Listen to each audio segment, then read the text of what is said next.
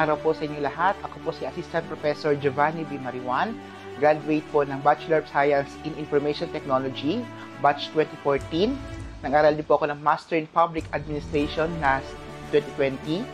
Then, kumuha po ako ng Certificate in Professional Education noong 2023. And I earned 36 units of Doctor in Public Administration dito sa City of Malabon University. Ako po ay kasapuyang Administrative Unit Head ng Public Employment Service Office ng City Government of Malabon and part-time professor ng City of Malabon University under College of Arts and Sciences. Maraming karanasan during my CMU days as BSIT. Pero kami mga off-campus activity, umattend kami ng seminar outside like tech tutor. Then, nung nag-aral po ako ng Master in Public Administration, mga classmates, nagkakaroon ng mga bonding, kasama po yung mga professor. Then, nung nag-aral po ako ng professional education, online class naman po yun. That time, kasi nga, pandemic.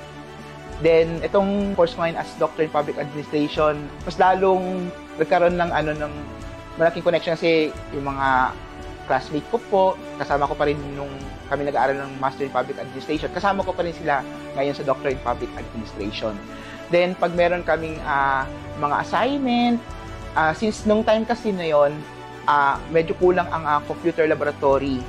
Nung time na yon, doon kami gumagawa ng assignment sa labas ng CMU.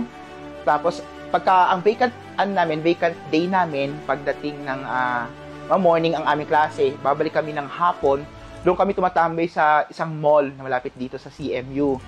Bibidyoke kami, kakain, lunch with classmates, tapos babalik na naman kami dito sa school.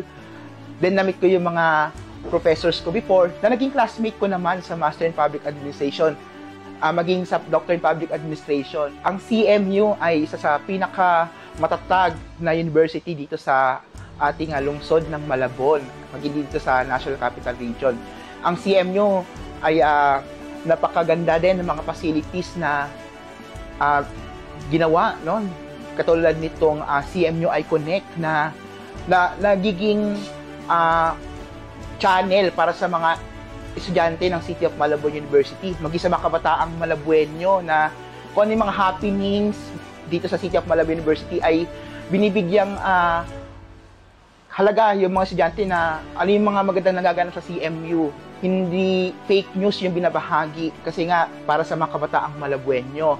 At syempre, free ang tuition fee, yun yung isa sa pinaka magandang system na meron sa ating lungsod. Hindi katulad noon nung time namin ay nagbabayad kami ng registration fee. Tapos pagka yung average namin, yung general weighted average dapat hanggang 2 lang. No? Pagdating ng 2.1 pababa ay magbabayad kami, tawag doon ay penalty. Yun yung tawag namin nung time na yun. Ngayon, 100% ang tuition fee na binibigay sa mga kabataang Malabueño, lalo sa mga mag-aaral ng CMU.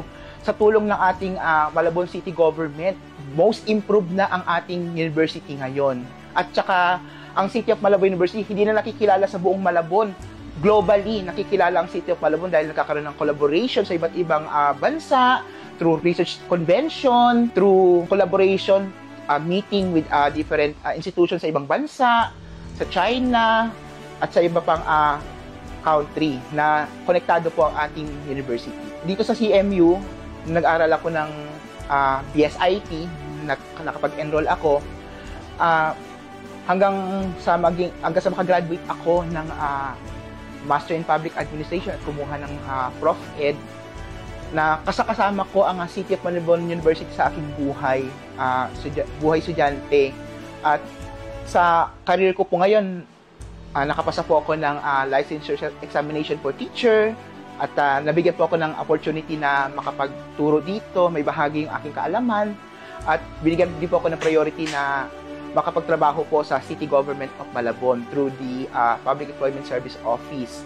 And for more than 10 years na pagkatrabaho ko sa government, tuloy-tuloy po yung blessings po na binigay po sa akin sa tulong po ng CMU. Kaya napakalaking bahagi po na aking buhay ang City of Malabon University. First of all, I would like to greet our beloved City of Malabon University. Happy 31st founding anniversary po sa ating lahat.